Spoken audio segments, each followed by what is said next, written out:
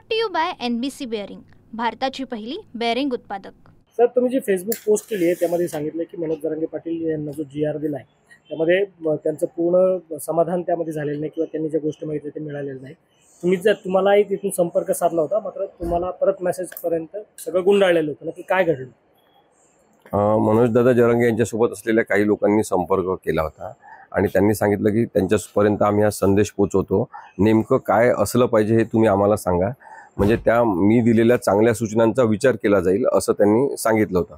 परंतु तोपर्यंत राजकीय गडबड जी सुरू झाली आणि वेगवान पद्धतीने राजकारणी लोकांचा तिथे वावर सुरू झाला, त्याच्यामध्ये कदाचित आणखी जास्त वस्तुस्थितीजन्य असा विचार करण्यामध्ये वेळ मिळाला नाही आणि त्यामुळे हा जो GR काढण्यात आलेला आहे तो मनोजदादा जरांगेंनी घेतलेल्या कष्टाच्या प्रमाणामध्ये, त्यांनी सहन केलेल्या त्रासाच्या प्रमाणामध्ये अत्यंत कमी असं काहीतरी मिळालेलं आहे।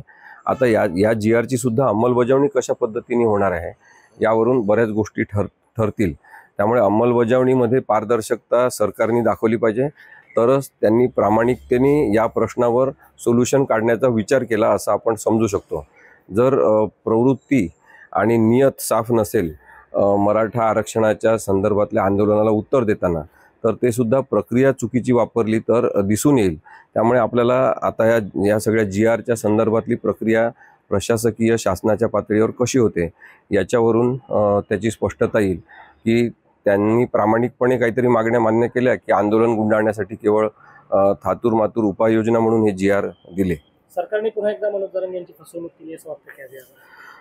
कदाचित फसवणूक झालेली आहे, काही प्रमाणामध्ये मान्यच करावं लागेल, कारण की जेवढ्या मागण्या होत्या, ज्या प्रभावीपणे त्या मागण्या पुढे करण्यात आल्या होत्या, त्या सगळ्या मागण्या काही मान्य झालेल्या नाही आहेत। हैदराबाद गॅझेट हे सुरुवातीपासूनच मान्य झालेलं आहे आणि त्या संदर्भातल्या तरतुदींच्या संदर्भातला GR निघणं ही काही खूप मोठी मागणी मान्य झाल्याचं लक्षण नाही, कारण की कुणबी मराठा आणि मराठा कुणबी अशा नोंदी असलेल्या लोकांना OBC प्रवर्गामध्ये समाविष्ट करण्यात यावं ही मागणी मान्य होत असताना हा GR निघालेला आहे, हे महत्त्वाचं आहे। त्यामुळे त्याला अंशतः यश असं म्हणता येईल। आता त्याच्या संदर्भातली अंमलबजावणी कशी होते हे पाहणं महत्त्वाचं ठरणार आहे, कारण की पात्र कोण अपात्र कोण हे जर शासकीय लोक ठरवणार असतील, तर ज्यांच्याकडे कागदपत्र नाही असा शेतमजूर, कष्टकरी माणूस, शेतात राबणारा आणि काम करून उपजीविका करणारा माणूस, जे कागदपत्र त्यांच्याजवळ नसतात बरेचदा, ते कागदपत्र कुठून आणणार आणि त्यांची पात्रता ते सिद्ध करू शकले नाही तर त्यांना आरक्षणाच्या OBC प्रवर्गामध्ये समाविष्टच करून घेतलं जाणार नाही का, हे मुद्दे सुद्धा महत्त्वाचे ठरणार आहेत। Brought to you by NBC bearing, भारताची पहिली बेअरिंग उत्पादक।